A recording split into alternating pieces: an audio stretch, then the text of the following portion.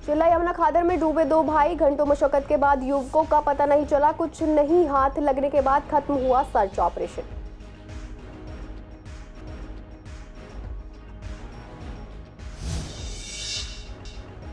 Shastri park में भड़काऊ भाषण देने के मामले में एक शख्स गिरफ्तार। विकास जैन उर्फ बंटी के रूप में हुई आरोपी की पहचान। जुलूस के दौरान विशेष समुदाय के लिए माइक में बोले थे गलत शब्द। पूरी दिल्ली में तेजी से बढ़ रहे डेंगू के मरीज, डॉक्टर ने सावधान रहने की दी सलाह। कहा पूरी बाजू के कपड़े पहने और खान पीन में दे ध्यान।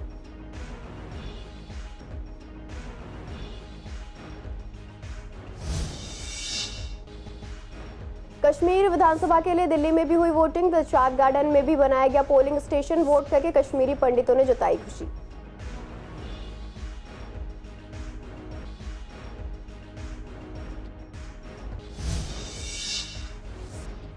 पूरी दिल्ली के स्पेशल स्टाफ ने रैकेट का किया भंडाफोड़। आरोपी के कब्जे से चोरी के 77 फोन और लैपटॉप बरामद। आसानी से पैसे कमाने के लिए करते थे फोन चोरी।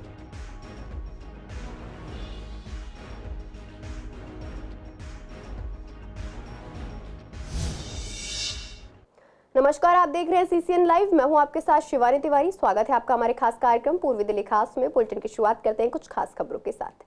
पूर्व दिल्ली में मयूर विहार इलाके के चिल्ला खादर में यमुना नदी में दो युवक डूब गए। सूचना मिलते ही मौके पर पहुंची दिल्ली बोट क्लब की टीम ने रेस्क्यू ऑपरेशन शुरू किया। घंटों प्रयास के बावजूद दोनों युवकों का कुछ भी पता नहीं चल पाया। Delhi boat club in charge Harish Kumar ने बताया कि मंगलवार रात 9:40 पर चिल्ला खादर में यमुना नदी में दो युवक के डूबने की सूचना मिली।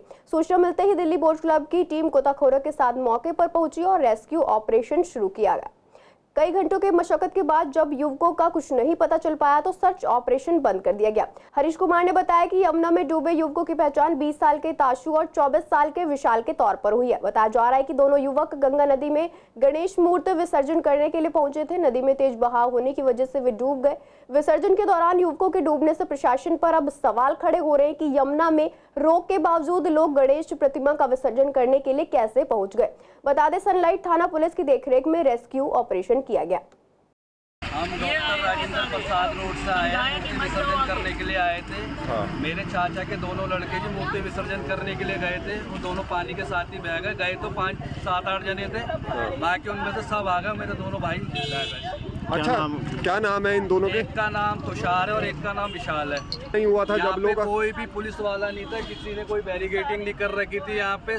और यहाँ पे बड़ी बड़ी मूर्तियाँ, सारी मूर्तियाँ यहाँ से जाने का रास्ता है। सब अंदर जा रहे थे तो हम भी चले गए जी करने के लिए और हमारे साथ में ये हादसा हो गया। डॉक्टर प्रसाद राजेंद्र प्रसाद रोड है ना, ली मैरिड होटल के सामने सर्वेंट क्वार्टर है, वहाँ से आए। इतनी दूर से आप लोग यहाँ पे आए थे? हाँ जी, किसी से पूछा था जी फोन करके कि कहीं विसर्जन हो रहा है तो उसने यही बताया था जी यहाँ पे हो रहा है, खुला है। पुलिस वाले ने यहाँ से रोका होता तो हम अंदर ही क्यों जाते जी, कोई मना करने वाला होता तो यहाँ पे। अभी आपके सामने एक मूर्ति और गई है, किसी ने रोका, हमने रोक के तब भी बोला, कोई पुलिस वाला मना नहीं कर रहा है जी। ये है जी, हमने 100 नंबर कॉल करी थी जी, मैंने ही करी थी और उसमें मैंने करने के बाद में मेरे पास ये कम से कम 70 फोन आए हैं पुलिस वालों के। पुलिस वालों को एड्रेस समझा रहा हूँ मैं, उनको एड्रेस का ही नहीं पता है। क्राउन प्लाजा के सामने जो बत्ती है, नीचे से यूटर्न लेती कच्चा रोड उतर रहा है। मैंने सब कुछ बताया, 70 फोन आ गए। 70 फोन पे मैं बता रहा हूँ मैं, उसके 1-1.5 घंटे बाद पुलिस आई है। शास्त्री पार्क इलाके में समुदाय विशेष के खिलाफ भड़काऊ भाषण देने के मामले में विकास जैन उर्फ बंटी को गिरफ्तार किया गया।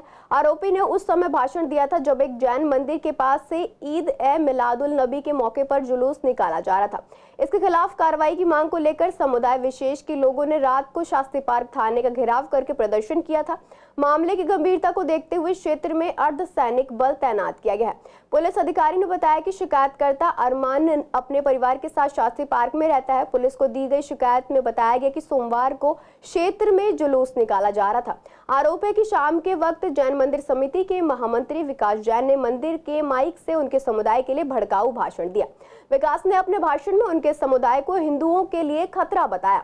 इस भाषण से क्षेत्र का माहौल गर्मा गया। जुलूस निकाल रहे लोगों ने शास्त्री पार्क थाने का घेराव किया।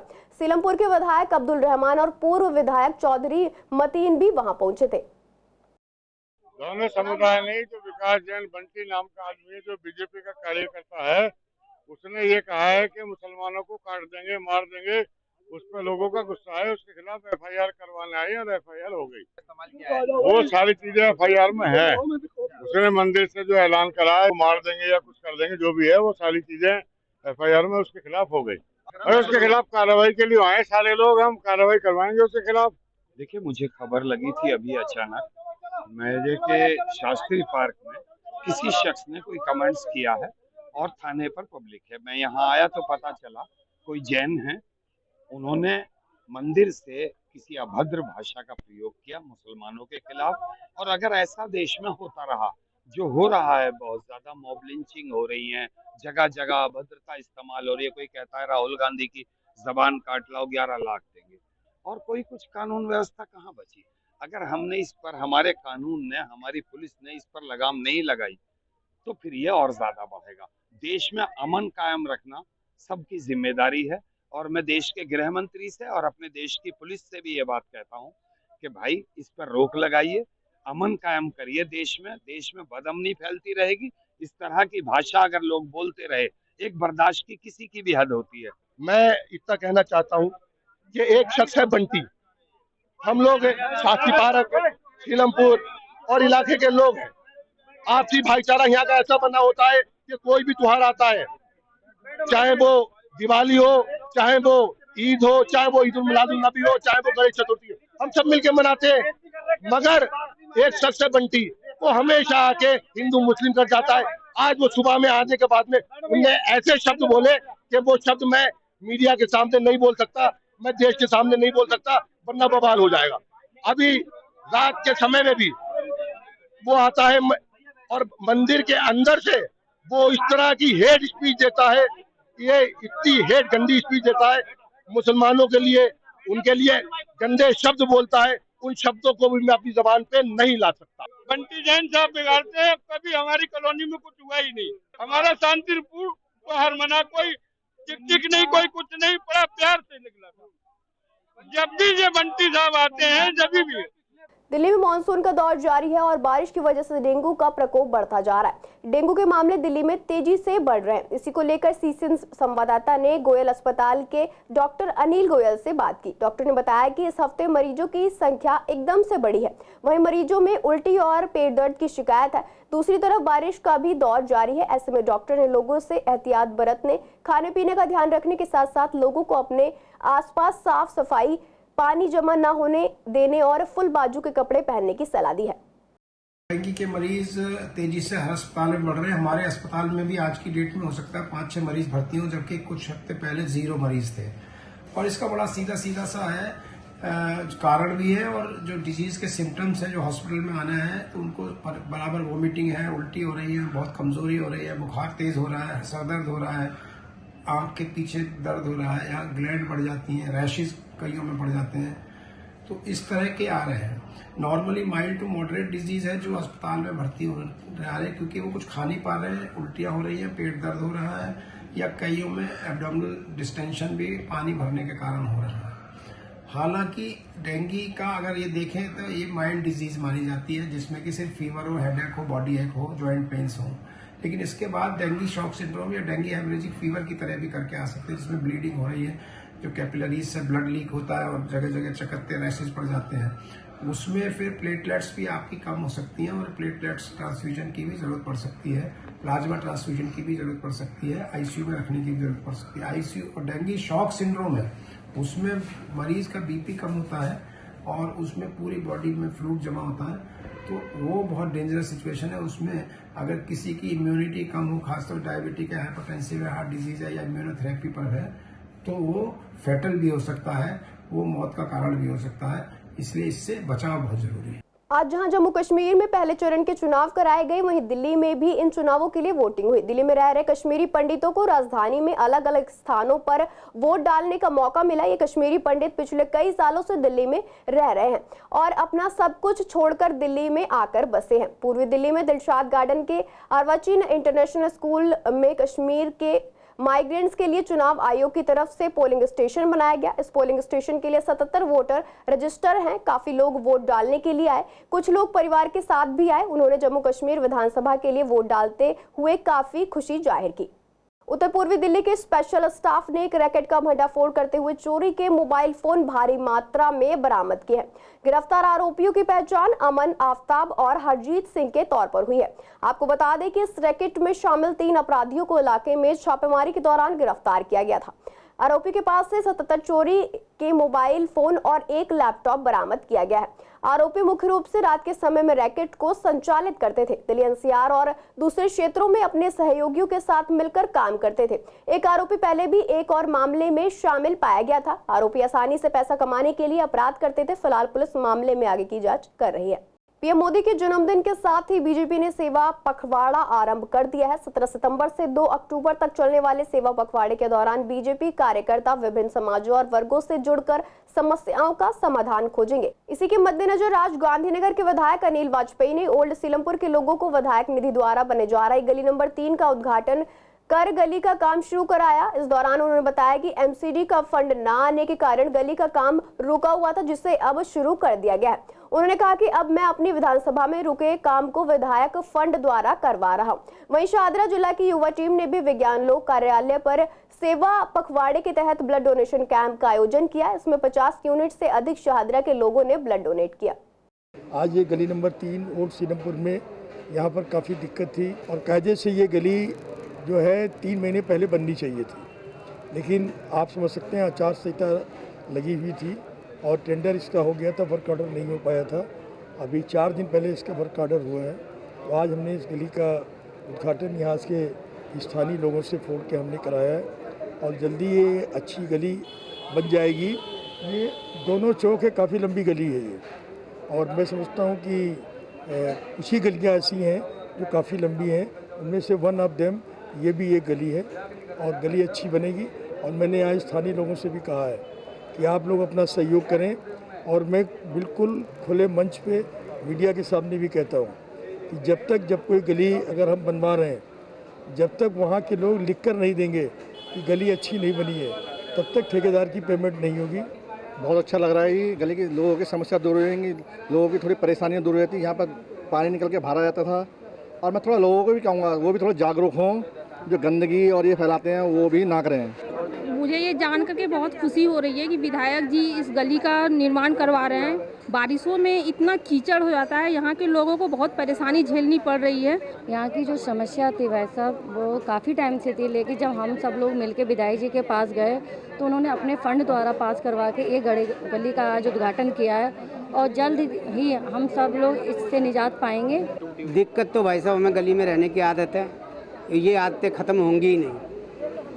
सीधी बात तो ये है, हम हैं पानी वगैरह भरता था, पानी भरता भी था और जब बारिश नहीं होती तो सूख भी जाता था, ऐसा कुछ नहीं है। दिक्कत ये सड़क टूटी हुई है, कमर्शियल एरिया है, रिक्शे आते हैं, दिक्कत होती है, पलट जाते हैं, सवारियाँ गिर जाती है, उसमें चोट लगती है, महिलाओं को भी चोट लगती है, बच्चों को भी लगती है। बहुत समय से लोग कह रहे थे, डिमांड कर रहे थे सड़क को बनाने की। सड़क काफ़ी लंबी है तो इतना आसान भी नहीं था। इधर से 6 नंबर का भी ट्रैफिक इसी पे आ जाता है, रकबरपुर मेन रोड का। तो एक तरह से मेन रोड के बिल्कुल पैरेलल में सड़क है।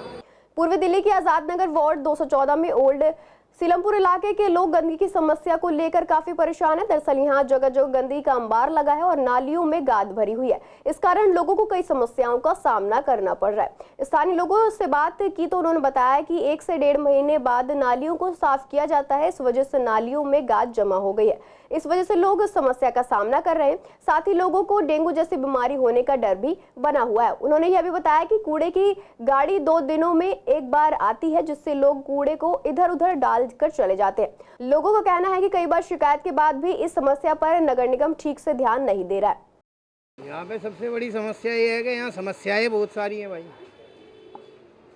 गली का हाल देख लो, नाली का देख लो, दुकानदारियाँ खत्म हो गई हैं, आधी दुकानें बंद हो गई हैं। यहाँ की नाली वाला है ही नहीं कोई। यहाँ पे कूड़ा तो उड़ जाता है पर नाली साफ नहीं होती कभी भी। इधर देखो, ये सामने के 4 मकान ऐसे जिन्होंने अपनी नालियाँ बंद कर दी। आगे का नाली आगे निकलती, पीछे की पीछे निकलती, इनको कोई मतलब नहीं है। अब ये लोगों ने देखो अपने घर के बाजू कूड़ा डाला हुआ है, कोई उठा के राजी नहीं है। जो यहाँ का एमसीडी निगम को अवगत कराया था, उन्होंने कोई एक्शन नहीं लिया।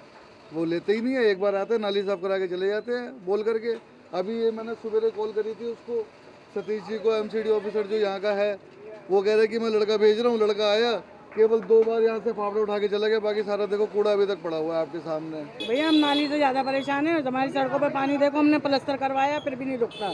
दिल्ली की एमसीडी का 214 नंबर वार्ड आज़ाद नगर है और यहाँ पे बीजेपी की पार्षदा नीलम जीतू चौधरी है। आज उन्हीं की जो एरिया में काम करने की जिम्मेदारी है, उसका जो बेफल लोगों परेशान, उसके हम आपको लाइव दृश्य आपको दिखा रहे हैं। फिलहाल ये गली नंबर 3 है जहाँ पर लगातार कूड़े का पहाड़ यहाँ पर देखने को मिल रहे हैं कि कहीं ना कहीं हर एक घर के बाहर कूड़े का ढेर लगा हुआ है। एमसीडी की शिकायतों के बाद भी काम नहीं हो रहा, जनता परेशान है। जनता लगातार रोजाना एमसीडी अधिकारियों को फ़ोन करती है और आग्रह करती है कि भाई साहब आज हमारा कूड़ा उठा लीजिए, लेकिन एमसीडी अधिकारी हैं कि सुनने का नाम नहीं ले रहे। फिलहाल आप देख सकते हैं किस तरह से नालियां ओवरफ्लो हो रही हैं, लोग यहाँ पर परेशान है। सरकार लगातार डेंगू को लेकर चेतावनी जता रही है कि डेंगू फैल रहा है, डेंगू से बचाव कैसे किया जाए, लेकिन एमसीडी डेंगू के लिए चालान जरूर कटवा रही है, लेकिन एमसीडी अपनी कमियां नहीं देख रही कि कहां पर चालान नहीं कटने चाहिए क्योंकि उनके खुद की है। फिलहाल ये देख सकते हैं किस तरह से नालियों को अप्रोच किया गया है, नालियां बंद की गई हैं, यहाँ से लेकर एंड तक नालियां बंद की गई हैं। तो कहीं ना कहीं इनके बंद होने से पीछे वाले जो निवासी यहाँ मूलभूत निवासी हैं उनको परेशानी हो सकती है। 214 नंबर वार्ड लगता है एमसीडी का आज़ाद नगर, जिसकी पार्षदा बीजेपी से नीलम जीतू चौधरी है। वीडियो जर्नलिस्ट अतुल भारद्वाज के साथ विवेक पठान, सीएसएन दिल्ली। नया सीएम आतिशी मारलेना के रूप में आम जनता को मिल गया। इस पर जब हमने पूर्वी दिल्ली की महिलाओं से बात की तो उनकी मिली जुली राय देखने को मिली। जहां एक और कुछ महिलाएं मानती है कि केजरीवाल सरकार ने कोई विकास नहीं किया, आज भी लोग गंदे पानी, बहते सीवर और टूटी हुई सड़कों से जूझ रहे हैं जिस पर कोई काम नहीं किया गया है। वहीं काफी महिलाएं मानती हैं कि केजरीवाल ने एक महिला को सीएम बनाने का मौका दिया है, जबकि उनकी पार्टी में और भी कई दिग्गज नेता थे लेकिन उन्होंने आतिशी को मौका दिया। साथ ही दिल्ली की जनता उनका समर्थन करती है और उम्मीद करती है कि महिलाओं के हित के लिए नई सीएम काफी बदलाव लाएंगी। दिल्ली के लोकप्रिय मुख्यमंत्री श्री अरविंद केजरीवाल जी ने इस्तीफा दे दिया है, तो ये बड़ी दुख की बात है और अरविंद केजरीवाल जी को बिल्कुल भी विश्वास ऐसे नहीं तोड़ना चाहिए और उन्हें ये समझना चाहिए कि दिल्ली की जनता आपको बहुत बहुत बहुत प्यार करती है और वो हमेशा से चाहेगी कि आप दिल्ली के मुख्यमंत्री बार बार बने, और ताकि जनता को भी बहुत सारी फैसिलिटीज़ मिल रही हैं आपके होते हुए। और आतिशी मैम का तो विधायक रूप में बहुत अच्छा वो अपना काम कर रही हैं और आप पार्टी में ऑलरेडी भी बहुत अच्छे अच्छे काम किए हैं मैडम ने, लेकिन फिर भी दिल्ली की जनता यही चाहेगी कि आप ही मुख्यमंत्री बने और आप आगे से आगे और अच्छी योजनाएं देते रहें, लोगों के लिए नई नई योजनाएं लाते रहें। देखो यहाँ पर है विधायक एमएलए बीजेपी के, सरकार है आम आदमी की, केजरीवाल आओ चाहे आतिशी आओ। हमने तो 2013 से हमने तो कोई विकास यहाँ देखा नहीं है और बदतर होती जा रही है यहाँ की हालत दिल्ली की, और गंदगी की तो इतनी भरमार है तो बस क्या ही कहें। अभी आई हैं, अब देखते हैं क्या करती हैं। बाकी हमें तो लगता नहीं है, सभी एक थाली के चट्टे बट्टे, वो उन पर आरोप लगाएं, वो उन पर आरोप लगाएं, पूरे 5 साल 10 साल ऐसे गुजर जाते हैं। अरविंद केजरीवाल जी द्वारा आतिशी जी को दिल्ली की मुख्यमंत्री बनाकर महिला सम्मान की इस आम आदमी पार्टी की सोच को आगे बढ़ाया गया है। महिलाओं के लिए तो बेनिफिट ही है, एक तो वुमेन एम्पावरमेंट को इंकरेजमेंट मिली है और साथ में उसने पहले भी काम कर चुकी है, उन्होंने जल बोर्ड के द्वारा भी काम किया और जितने भी, और 3rd सीएम बनेगी वो एज अ वुमेन, तो उसके लिए वुमेन्स के लिए काफ़ी बेनिफिट हो सकते हैं, काम भी कर सकते हैं। और स्कूल्स में भी काम कराए हैं वुमेन्स को लेके, उनके मतलब वुमेन रिलेटेड जो एक्टिविटीज़ होती है या फिर स्पोर्ट्स का कुछ हो गया या फिर कुछ अलग चीज़ हो गई स्टडी में, तो काफ़ी बेनिफिट मिलेंगे उनको।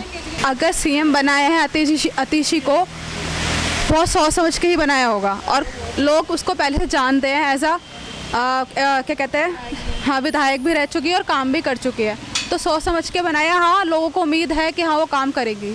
आत्मशुद्धि का महान पर्व क्षमावाणी आज यानी 18 सितंबर से शुरू हो गया है। आपको बता दें कि दुनिया में जितने भी पर्व है सभी का किसी न किसी घटना या महापुरुष से संबंधित है, लेकिन क्षमावाणी पर्व का संबंध किसी से भी संबंधित नहीं है। इसी कड़ी में संवाददाता ने जब जैन समाज के लोगों से बात की तो उन्होंने बताया कि जैन समाज क्षमावाणी के महापर्व को 10 दिन व्रत रखकर और पूजा पाठ करके मनाता है। इस दौरान वह सिर्फ 1 गिलास पानी पी सकते हैं। उन्होंने बताया कि मुख्य तौर से इसमें व्रत रखकर अपने अंदर सकारात्मकता लाना होता है और नकारात्मकता को बाहर निकालना होता है।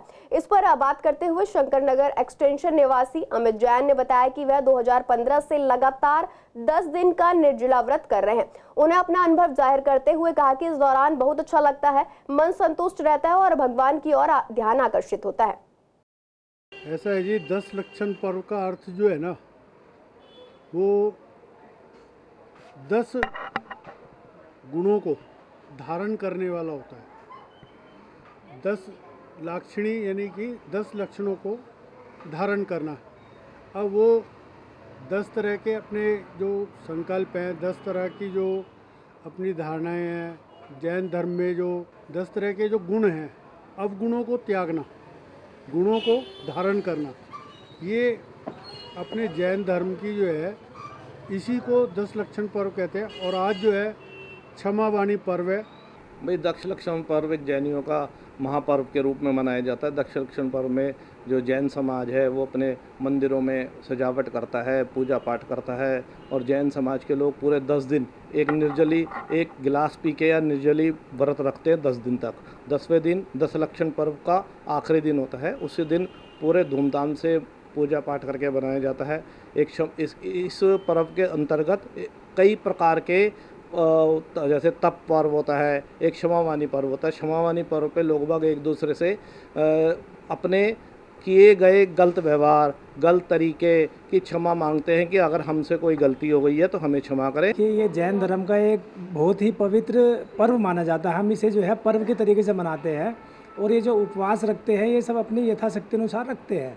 तो ये उपवास अपनी स्वेच्छा से रखा जाता है, कोई किसी के कहने पे या किसी के उससे नहीं रखता। तो अनुभव तो इसके अंदर देखो, आत्मशुद्धि का एक पर्व है। तो 10 दिन जैसे हमने कुछ खाया पिया नहीं, तो हमने अपनी आत्मशक्ति से या धर्म के प्रति श्रद्धा भाव जो हमारे गुरु देते हैं, बताते हैं, हमारे को रास्ता धर्म का बताते हैं, उसी की शक्ति से रख सकता है व्यक्ति ये। बाकी मेरा अनुभव बहुत अच्छा रहा इसके अंदर। मेरे गुरुओं का मेरे ऊपर पूरा आशीर्वाद रहा, मेरे परिवार का पूरा मेरे को सहयोग मिला, साथ मिला। जैसे मैं 10 दिन व्यापार में, बीच में 3-4 दिन मैं व्यापार के लिए गया भी अपने, लेकिन इनकी तरफ से मेरे को घर वालों का पूरा अपना सहयोग मिला, जिससे कि मैं ये पूरे 10 दिन का उपवास में 10 साल तक लगातार, आज मेरा जो है 10 साल तक का 10 दिन का पूरा उपवास पूरा हो गया। प्रीत विहार इलाके के लोग काफी लंबे समय से पीने के गंदे पानी की सप्लाई होने की वजह से काफी दिक्कतों का सामना कर रहे हैं। बरसात के इस मौसम में गंदा पानी पीने से लोग बीमार भी पड़ रहे हैं, लेकिन दिल्ली जल बोर्ड की पाइपलाइन में गंदे पानी की सप्लाई लगातार जारी है। इसको लेकर प्रीत विहार के निवासी बताते हैं कि पिछले कई महीनों से नलों में गंदा पानी आ रहा है, जिसके कारण लोग बीमार पड़ रहे हैं। साथ ही पीने का पानी बाहर से खरीद कर लाना पड़ रहा है, जो कि काफी महंगा पड़ता है। कई बार शिकायत करने पर भी कोई सुनवाई नहीं हो रही है। काला पानी जैसे होता है, काला पानी बदबूदार जो है ना, बहुत परेशान है कॉलोनी के लोग जो है ना। कितने समय से ऐसे पानी चल रहा है? ये तो साल हो गया, सालों से ज़्यादा हो गया इसको। बस 3 दिन ठीक आता है, महीने में 3 दिन 4 दिन मान लो, बस वो गंदा ही। खूब शिकायत की दबादब शिकायत हो रही है, आपकी भी बैठ जाती है, टीवी में भी आता है, न्यूज़ में भी आता है, पेपर में भी आता है गंदे पानी का। कुछ सुधर नहीं रहे कोई लोग। कमी यही है कि पब्लिक को मारना चाहते हैं, मार देंगे, और यही कमी है लग रहा है। पब्लिक को परेशान कर रखा है। ये पब्लिक को चाह रहे हैं कि बस ये जो है ना, ये जो टैंकर माफिया वाला वो काम जो है ना प्रीत विहार में शुरू हो जाए। मैडम मुझे याद आ रहा है, एक बार पहले भी आप आए थे, तब भी हमने बताया था कि यहाँ पानी इतना गंदा आ रहा है, बहुत ज़्यादा, और आज भी वही हालात है। पानी पीने योग्य नहीं रहा है। पानी को पीते हैं तो ऐसा लग रहा है कि इसके अंदर मिक्सिंग की हुई है किसी चीज़ की, और बदबू आती है। तो हम पहले भी कई बार बोल चुके हैं, यहाँ एग्जीक्यूटिव इंजीनियर बैठते हैं हमारे जल बोर्ड के, उनको भी कई बार बोल चुके हैं, यहाँ पर सैंपल भी लेके गए हुए हैं, लेकिन कोई सुधार नहीं हो रहा है। मैं तो कहता हूँ ये जल बोर्ड के पास है ना, ये सारा सिस्टम ख़त्म करके पानी का महकमा ही हटा लिया जाए और इन पे सीवर लाइन को ही रखा जाए बस। क्योंकि जब इनको काम सीवर वाले करने हैं तो ये क्यों नहीं सीवर चलाएं, अपना सीवर से अपने डिपार्टमेंट को चलाएं। जल बोर्ड को किसी और उसको दे दें, डिपार्टमेंट को। कोई सुनवाई नहीं है, कुछ नहीं।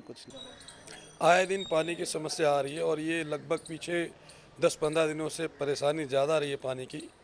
जो हमारे यहाँ घर में पानी आ रहा है दिल्ली जल बोर्ड का, उसमें बदबू बहुत आ रही है और वो पानी पीने योग्य बिल्कुल ही नहीं है। अभी 3 दिन पहले की बात है, हमारी बेटी ने बोला पापा पानी में बहुत ज़्यादा स्मेल आ रही है, आप एक बार इसको चेक करो। तो हमने उसको चेक किया तो वाकई में इसमें बहुत गंदी स्मेल थी। तो हमने बोला आप कोई बात नहीं बेटा, इसको पीने योग्य पानी नहीं है, इस पानी को हम लोग पीने के यूज़ में नहीं लेंगे और मैं बाहर से पानी मंगवाता हूँ जो कि पीने वाला पानी होगा, आप पीने के लिए उसी को यूज़ करना। अब घर में छोटे छोटे बच्चे अगर हम उनको ऐसा पानी पिलाएंगे तो वो बीमार हो जाएंगे और दिक्कत होगी। पीछे बिल्कुल होता है, अगर हम जैसा इनपुट डालेंगे वैसा ही तो आउटपुट आएगा। अगर हम गंदे पानी को फ़िल्टर करने की कोशिश करेंगे तो पानी तो एक बार साफ़ हो सकता है, बट उसकी स्मेल तो पानी में ही रहती है और वो पानी हम बिल्कुल पीने के लिए यूज़ नहीं। बहुत परेशानी है जी, हम लोगों ने बहुत कंप्लेन करी है और हर माध्यम से कंप्लेन करी है। इंडिविजुअली हमने जाकर के भी कंप्लेन की है और कस्टमर केयर पे बात करने की भी कोशिश की है, बट वो कंप्लेन नोट तो कर लेते हैं लेकिन इसकी सुनवाई नहीं हो पा रही है। क्या होना चाहिए ऐसे? इसमें सुधार होना चाहिए और जो इसके लिए जिम्मेदार हैं उनको थोड़ा सा और टाइट करके और इस कंप्लेन को सही करवाना चाहिए, जिस माध्यम से जहाँ भी फॉल्ट हो, चाहे वो पाइपलाइन में हो या पीछे सप्लाई से हो, जहाँ से भी उसमें शिकायत आ रही हो या जो तकलीफ हो उसको ठीक करवाना चाहिए। फिलहाल के लिए बुलेटिन में इतना ही। ऐसे तमाम अपडेट्स के लिए बने रहिए CCN लाइव के साथ।